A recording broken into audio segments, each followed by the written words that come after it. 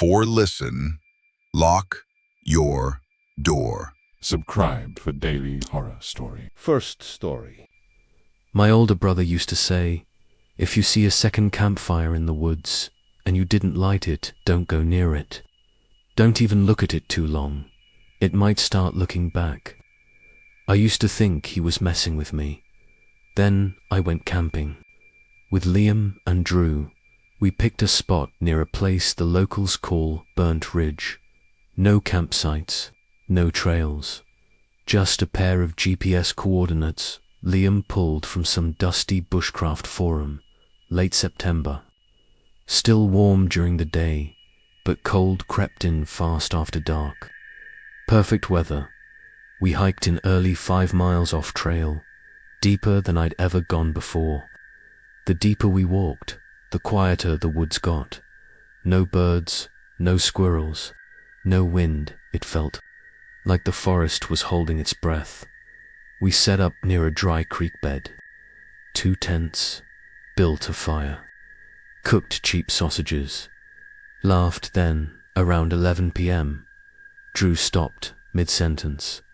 There's another fire, he said. We turned, about 100 yards upslope through a line of dense pine, a soft orange glow, flickering like a campfire. But we hadn't seen another soul all day. No voices, no footprints, nothing. Liam stood up, probably a hunter. I told him to leave it alone. He didn't listen, grabbed his flashlight and went. Drew followed. I stayed by the fire. Something about it felt off. Too quiet, too still. About 10 minutes passed. The orange glow blinked out. Then came the shouting, Liam's voice, far away. Then Drew screaming. I grabbed the axe and ran, found them near a clearing. No fire, just a ring of scorched ground, black as tar. Liam was pale, Drew shaking. There was a tent, Liam said. A man by the fire. Then he looked at us. He didn't finish. Drew whispered, he didn't have eyes. We didn't sleep that night. Next morning, we packed, tried to hike out, but when we reached the ridge, the trail was gone, like the forest had moved overnight. We tried backtracking, same thing. Every path curved back to the same place, the creek bed, only now the burned circle was closer. That night, we didn't build a fire, didn't want to risk being seen, but one lit itself, same spot, same orange flicker, steady as breathing.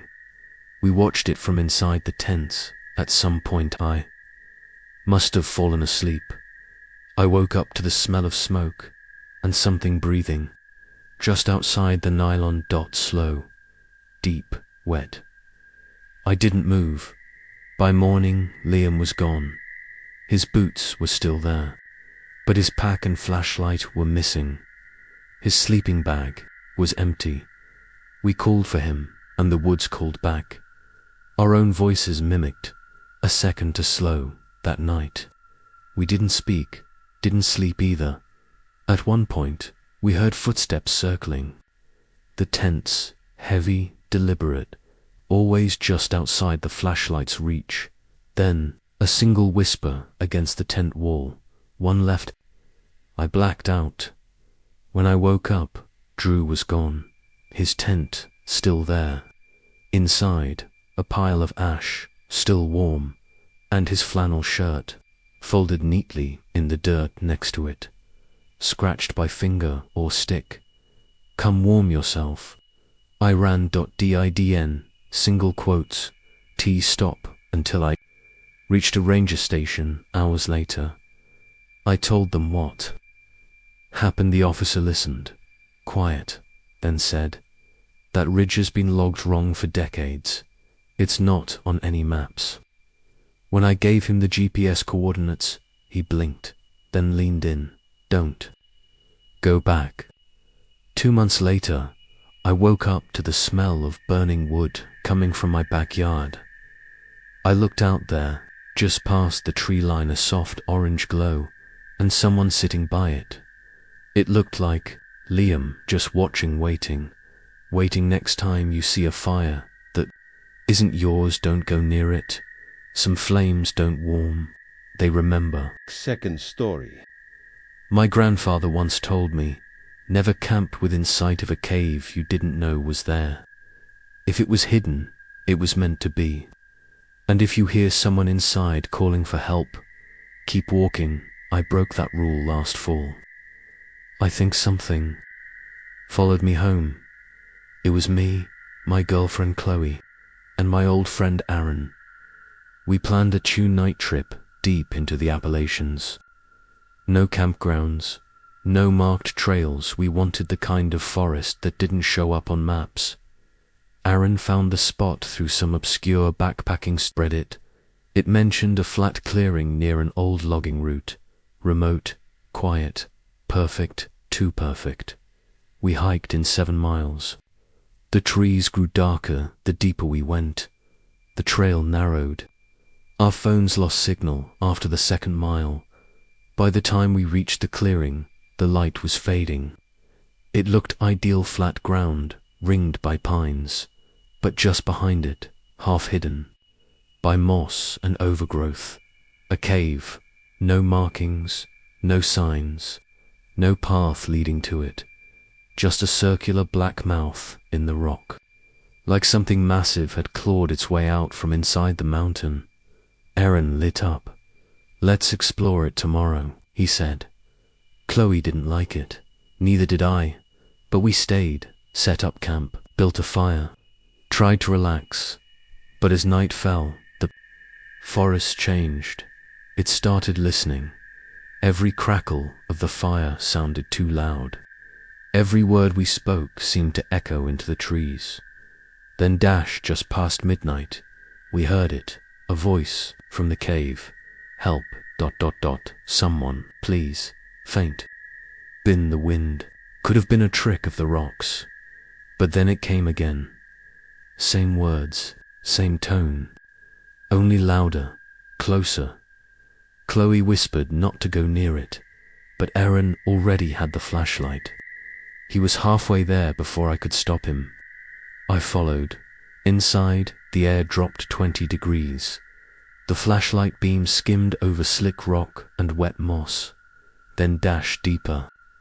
Indert, bones, tiny ones. The voice echoed again. But something had changed. It was my voice this time, repeating the words I'd said an hour earlier. Let's check it out. Aaron stopped, turned to me, wide-eyed. Did you hear that? I nodded. Then the light went out. Total darkness, no breathing, no footsteps. Then fingers touched my shoulder. Thin, wet, cold. I screamed and bolted, tripped, crawled out of the cave like an animal. Aaron came out a minute later, shaking, covered in dirt. He didn't say a word. That night, we all crammed into one tent. Aaron stayed silent. Chloe cried. I sat up with a knife in my hand, staring toward the cave. No more voices, but I swear I saw something in the trees. Too tall, too narrow, standing perfectly still, watching. By morning Aaron was gone. No tracks, no gear missing, just a muddy handprint on the outside of the tent, pressed from the inside. We searched for hours, circled the clearing, called his name. Then Chloe stepped too close to the cave, and we heard it again. Aaron's voice. Guys, I think I'm stuck. We froze. It was identical. Same rhythm. Same excitement as when he'd first seen the cave, like something had recorded him and was playing it back. Chloe whispered, "That's not him," and then the cave replied, "Yes, it is." We ran, didn't grab anything, just tore down the path we came from, but everything had shifted. The trees leaned closer. The dirt felt deeper, like the woods were trying to pull us back in. We didn't stop running until we hit the gravel road. where we'd parked. Chloe didn't speak the whole drive home. But that night at 3:17 a.m., she called me, sobbing. Someone had knocked on her bedroom window, and when she looked out, she saw Aaron. Only his eyes were gone, 2 long black voids. And when she screamed, he smiled and whispered, "It's me." That was 4 months ago. I don't go near the woods anymore. But sometimes, I still hear voices outside my window. And last week, I found a clump of wet cave dirt under my bed. No one else has a key. Next time you camp near a cave that doesn't show up on any map, don't listen when it calls your name. It doesn't want help. It wants you to open the way. Third story. My aunt used to say, if you find a mountain lake that doesn't show your reflection, don't drink, don't swim, don't camp. Something else lives under it. I thought it was just folklore, just a creepy campfire tale. Then we pitched our tents beside Highwater Lake. It was me, my roommate Tyler, and his cousin Jordan. We'd talked for months about a weekend off-grid, deep in the Appalachians, somewhere no tourists, no rangers, no cell signal. Tyler found an old topo map from the 80s with a lake on it we'd never heard of. Highwater Lake didn't show up on Google Maps. That made it more appealing. We drove for hours, hiked even longer. No trails, no signs, just instinct and old markers so faded they barely existed. When we finally reached the lake, it looked untouched, still perfect, surrounded by cliffs and pine. But there was something off about it from the start. The lake didn't reflect anything. No trees, no sky, not even us. It wasn't fogged, wasn't dirty. It was just ... black. Still, like water frozen in shadow. We set up camp near the bank. Ate jerky, lit a fire. Tried to joke, but none of us could stop glancing back at that water. It didn't ripple. Even when the wind moved the trees at one point. Jordan tossed a rock into it. No splash, just gone. Maybe it's deeper than it looks. Tyler said, trying to shrug it off. Around midnight. We heard it, the first splash, heavy, deep, like something massive turning over beneath the surface. Then wet footsteps, squelching, approaching the tents. Tyler aimed his flashlight at the lake. Nothing. Just the still, black surface. Then he turned the light, and there, at the edge of the firelight, stood a dripping version of himself. Same hoodie, same boots, same mole on his jaw, but its mouth hung too wide, like it hadn't learned how to smile. Then it turned, slowly, and walked back into the lake. We didn't sleep. Tyler said it was stress. Jordan thought it was a prank, but I knew, because at dawn, when we checked the bank, there were 3 sets of wet footprints leading up to our tents, and only 2 leading back. We packed fast, but Jordan was acting strange. His eyes looked ... wrong. Too still, too empty. He kept whispering something under his breath. I leaned in. He was repeating, "Still, water remembers. Still water remembers." We begged him to hike out. He refused. He sat by the lake, staring into it, like it was staring back. By the time we finished breaking down, Campy was gone. We searched, screamed his name, circled the entire shoreline. Nothing except claw marks in the mud. Not animal. Too long, too straight, too ... human. That night. We camped deeper in the woods, far from the lake, but around 3 a.m. Tyler shook me awake. "I heard something," he whispered. I peeked out of the tent, and there, standing between the tree, Jordan, or something wearing Jordan's skin.